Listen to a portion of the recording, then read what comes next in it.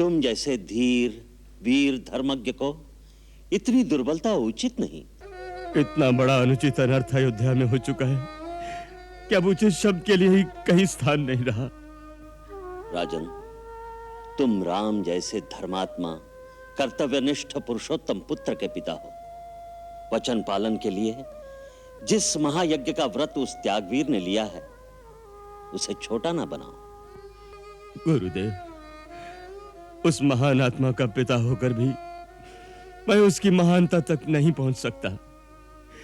मैंने राम को राज्य देने का वचन देकर उसे देश निकाला दे दिया, तो भी उसी प्रकार मुस्कुराता हुआ चला गया। ऐसे पुत्र के बिछड़ने पर भी मेरे प्राण नहीं निकले। मेरे समान बड़ा पापी कौन होगा?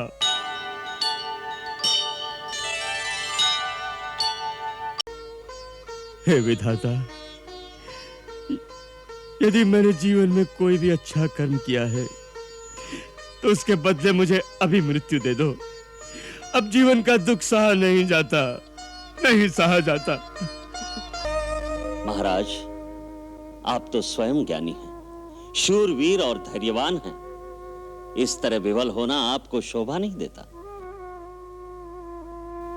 जीवन मरण, हानि लाभ, प्रियजनों का मिलना और बिछुड़ना, ये सब काल और कर्म के अधीन है। जिस प्रकार दिन और रात्रि का आना कोई टाल नहीं सकता, उसी प्रकार अपने अपने समय पर सुख और दुख का आना अटल है। इसीलिए धीर वीर दुख सहकर भी शोक नहीं करते।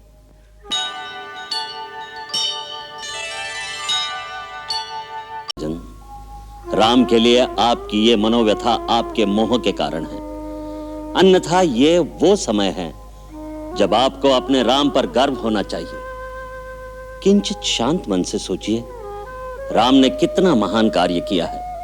इतने बड़े साम्राज्य का त्याग करके हंसते हंसते वन को चला गया है। क्यों?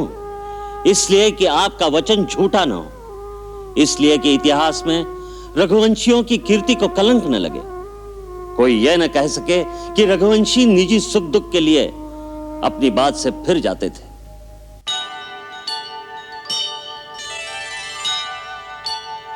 अब अयोध्या का न कोई राजा है न मंत्री है। अरे सुमंत्र, अयोध्या पर किसी का आधिपत्य होता तो इतना बड़ा अनाचार होने देता?